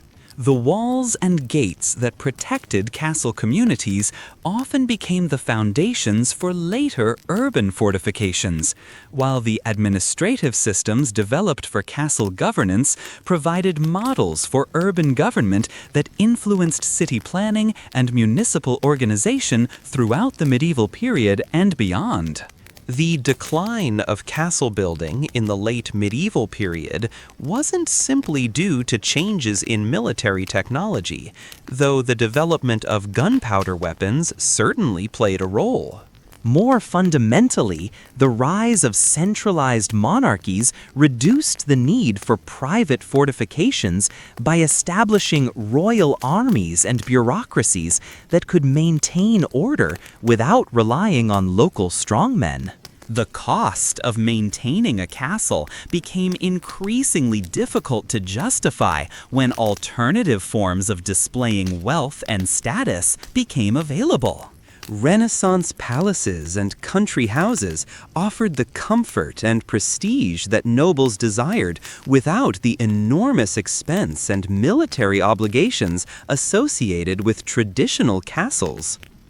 The introduction of gunpowder artillery during the 14th and 15th centuries fundamentally altered the strategic calculus that had made castles effective defensive installations for centuries. The massive stone walls that had provided security against traditional siege weapons became liabilities when faced with cannon fire that could breach fortifications that had taken decades to construct. Castle designers attempted to adapt their techniques to address these new threats, developing lower, thicker walls and angled bastions designed to deflect cannonballs. But these modifications were expensive and often ineffective against rapidly improving artillery technology. The economic changes that accompanied the late medieval period made castle-based feudalism increasingly obsolete as a system of political organization. The growth of trade and commerce created new sources of wealth that were independent of land ownership, while the development of professional armies reduced the military value of feudal levies. Kings and nobles found that they could achieve their political and military objectives more effectively through centralized bureaucracies and hired soldiers than through the complex web of personal loyalties that had characterized earlier feudalism. This shift in political and economic organization reduced the strategic importance of castles while increasing the attractiveness of alternative forms of architectural investment. The social changes that transformed European society during the Renaissance period made castle life seem increasingly primitive and uncomfortable compared to newer forms of aristocratic living. The development of Renaissance ideals about domestic comfort, privacy, and cultural refinement created expectations that were difficult to satisfy within the confines of medieval military architecture.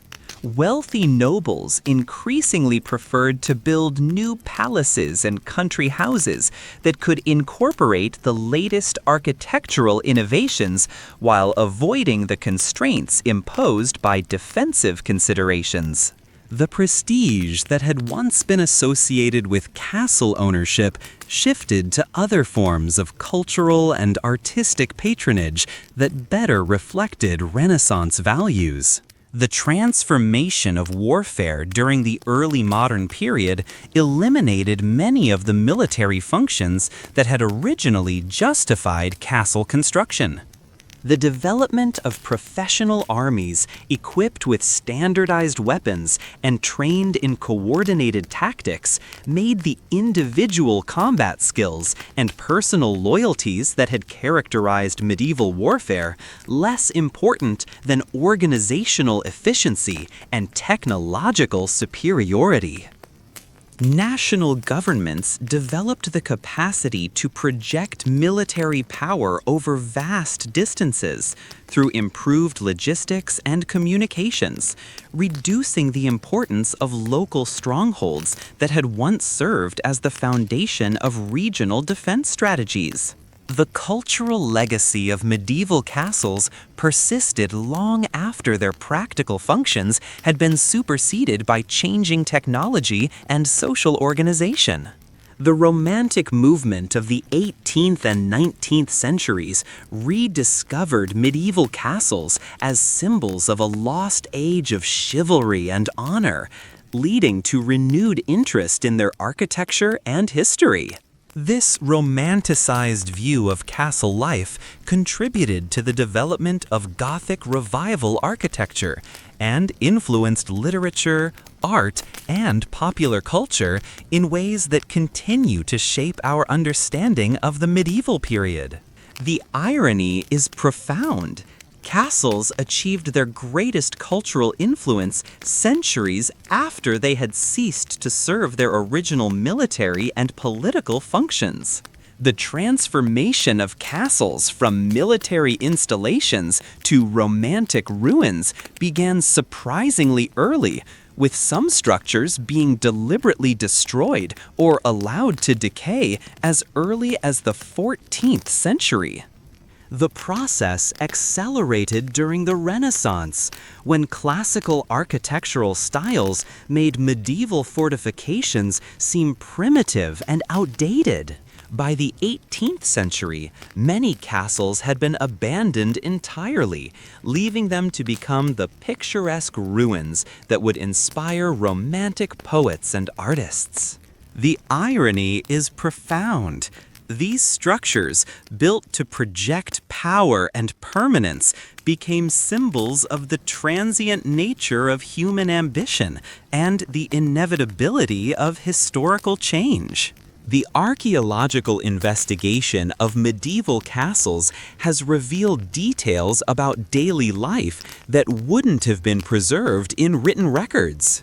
Excavations of castle kitchen middens, medieval garbage dumps, have uncovered evidence of diet, trade relationships, and social practices that provide intimate glimpses into the lives of castle inhabitants.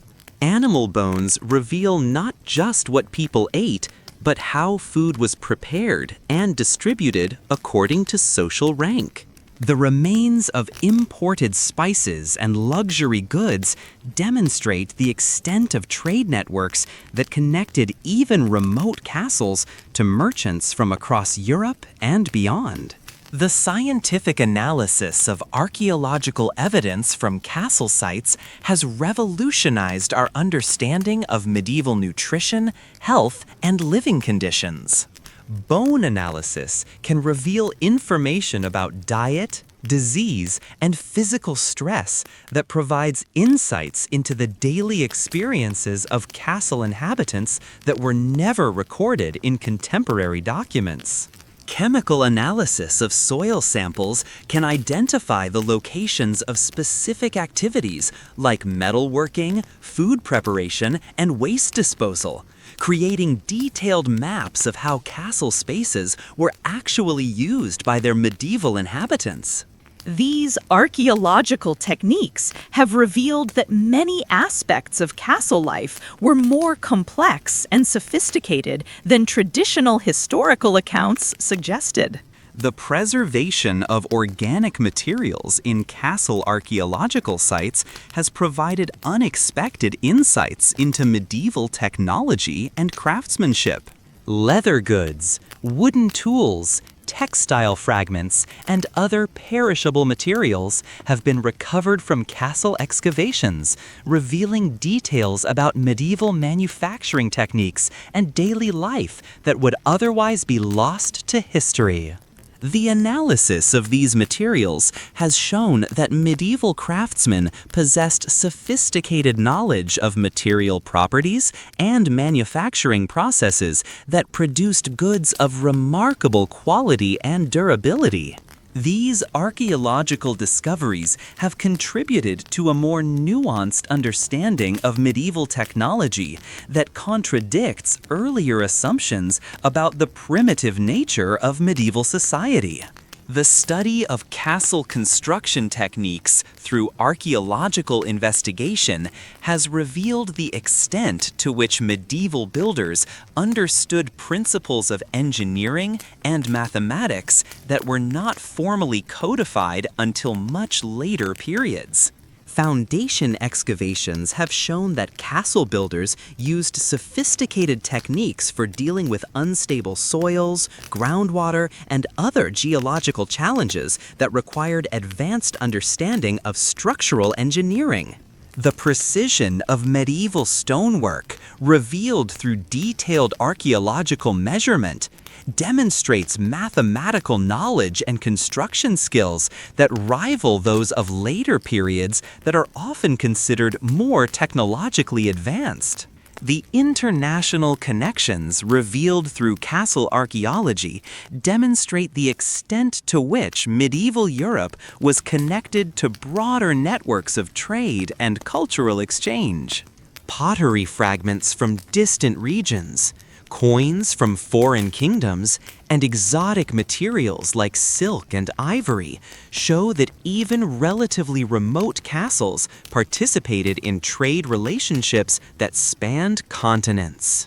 These archaeological discoveries have contributed to a revised understanding of medieval Europe as a dynamic and interconnected society, rather than the isolated and primitive culture that earlier historians often described.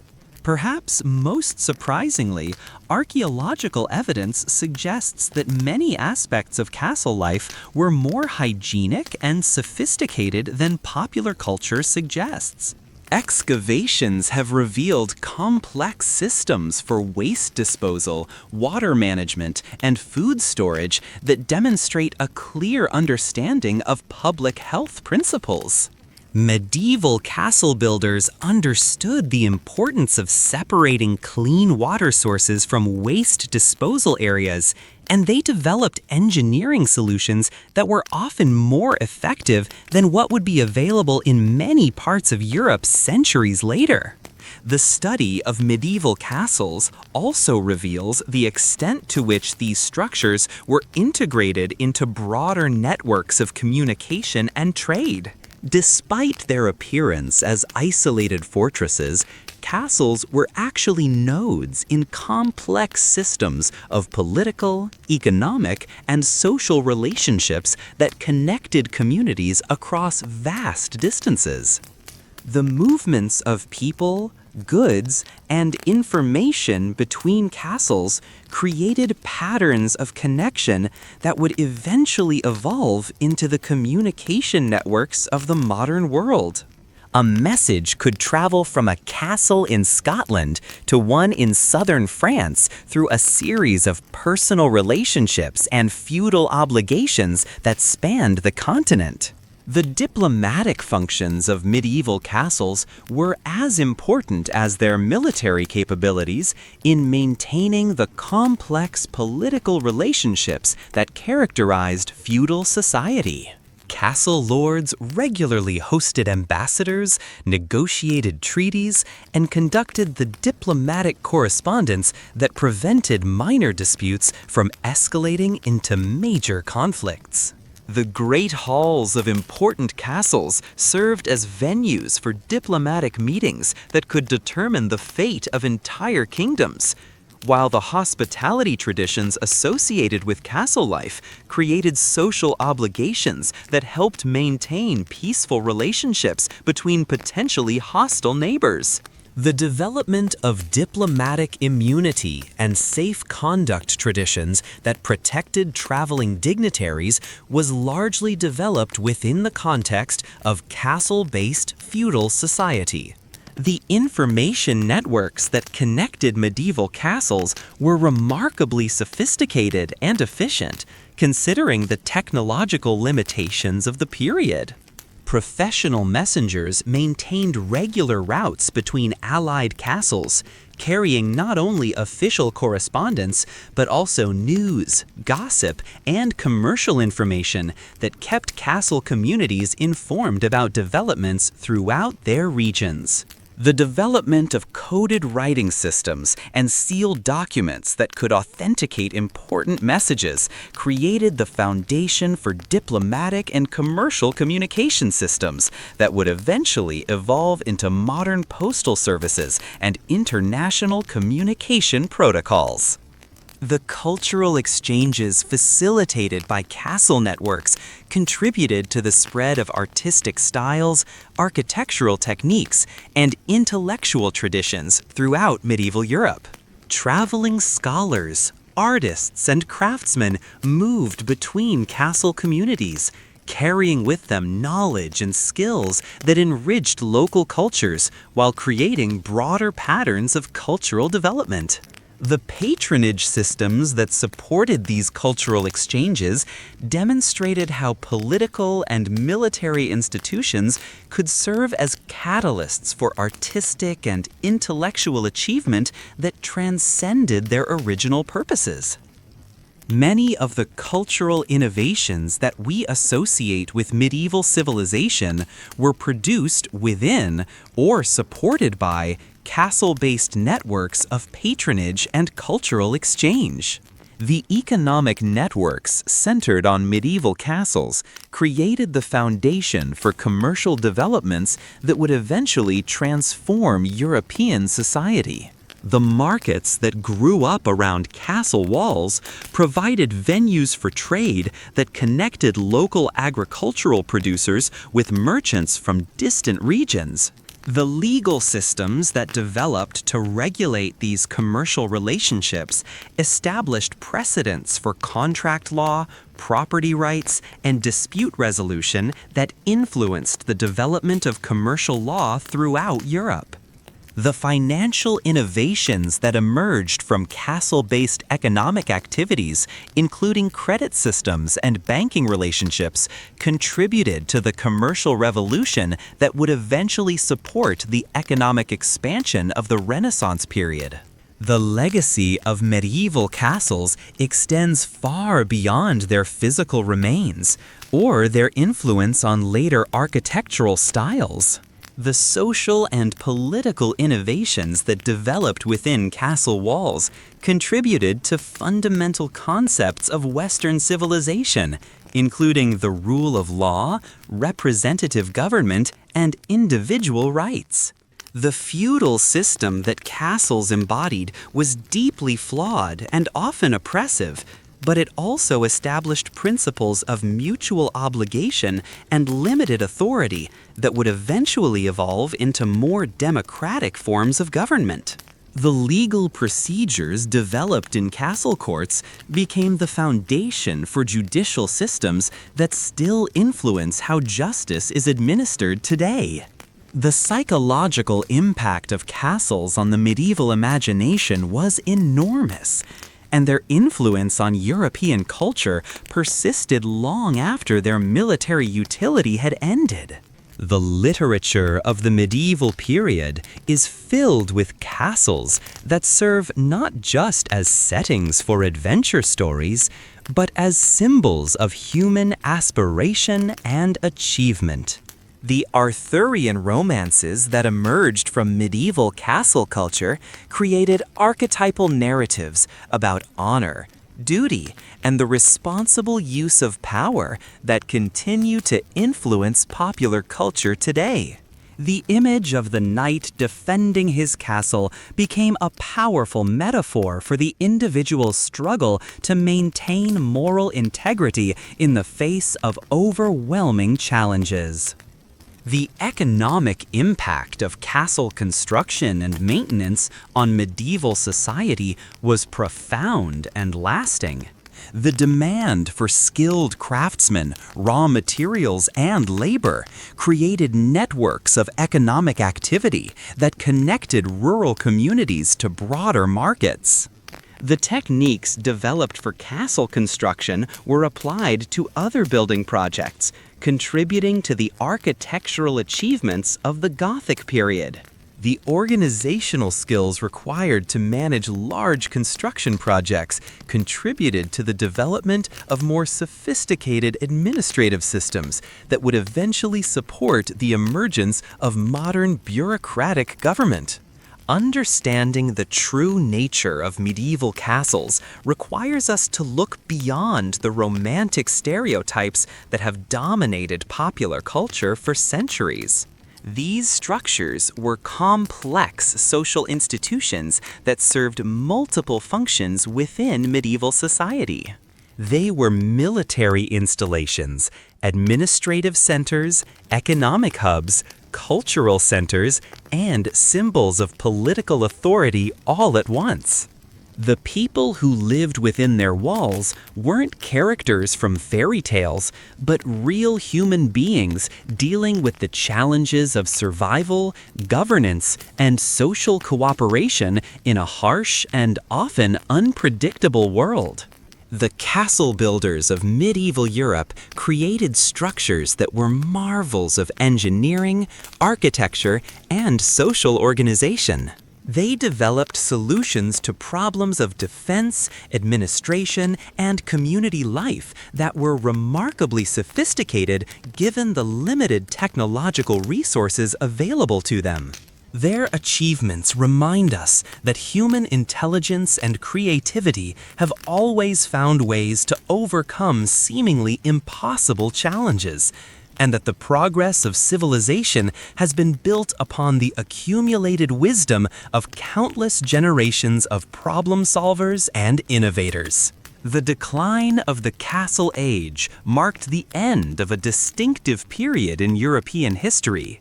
But the lessons learned from studying these remarkable structures remain relevant today. In our modern world of global communication and international cooperation, we can still learn from the medieval understanding of how communities organize themselves for mutual protection and prosperity. The balance between individual authority and collective responsibility that castle society struggled to maintain remains one of the central challenges of political life in any era. As we conclude this exploration of the dark truths behind medieval castles, it's worth reflecting on how these structures continue to capture our imagination centuries after their military purpose ended. Perhaps it's because they represent humanity at both its best and worst, capable of creating magnificent works of art and engineering, but also willing to use those achievements to dominate and oppress others. The castles of medieval Europe stand as monuments to human ambition, creativity, and the eternal struggle between power and justice that continues to shape our world today. The enduring fascination with medieval castles reflects deeper human concerns about power, security, and community that remain relevant in our contemporary world. These massive stone structures represented attempts to create permanent solutions to fundamental human problems: how to protect what we value, how to organize society fairly, and how to balance individual ambition with collective needs. The fact that castle-based solutions ultimately proved temporary doesn't diminish their significance as expressions of human creativity and determination in the face of seemingly insurmountable challenges. The lessons we can learn from studying medieval castles extend far beyond historical curiosity to include insights about leadership, organization, and social cooperation that remain valuable today. The castle lords who successfully managed these complex communities possessed skills in administration, diplomacy, and human relations that are still essential for effective leadership in any era. The technical innovations that emerged from castle construction demonstrate how practical needs can drive technological advancement that benefits society as a whole. The social experiments that played out within castle walls provide examples of both successful and unsuccessful approaches to community organization that can inform contemporary efforts to address similar challenges. The environmental impact of medieval castle construction provides sobering lessons about the relationship between human ambition and natural resources that are particularly relevant in our current era of environmental concern. The massive consumption of timber, stone, and other natural resources required for castle construction had significant ecological consequences that medieval builders rarely considered. The quarrying operations that supplied castle construction often left permanent scars on the landscape, while the deforestation required to provide timber and fuel altered entire regional ecosystems. These environmental costs remind us that monumental human achievements often come at prices that may not be immediately apparent, but can have lasting consequences for future generations. The social legacy of medieval castles continues to influence our understanding of class relationships, political authority, and individual rights in ways that are often subtle but significant. The hierarchical social structures that characterized castle society established patterns of thinking about authority and obligation that persisted long after feudalism ended as a political system. Many contemporary institutions and social practices can be traced back to innovations that were first developed within castle-based communities, demonstrating how historical experiences continue to shape modern life in ways that we rarely recognize or acknowledge. The stories of medieval castles remind us that history is not a simple narrative of progress from darkness to enlightenment, but rather a complex tapestry of human experience where technological advancement, social innovation, and moral struggle are constantly intertwined. These magnificent structures, built with such effort and maintained at such cost, ultimately teach us that all human achievements are temporary, but that the drive to create something lasting and meaningful remains one of our species' most defining characteristics. In understanding the real truth about medieval castles, we gain insight not just into the past, but into the timeless patterns of human behavior that continue to influence our world today. So, as we close the heavy wooden doors of history and extinguish the flickering torches that have guided us through these ancient halls, we carry with us a deeper appreciation for the complexity of human civilization and the enduring power of human ambition to transform the world around us, for better and for worse. Good night.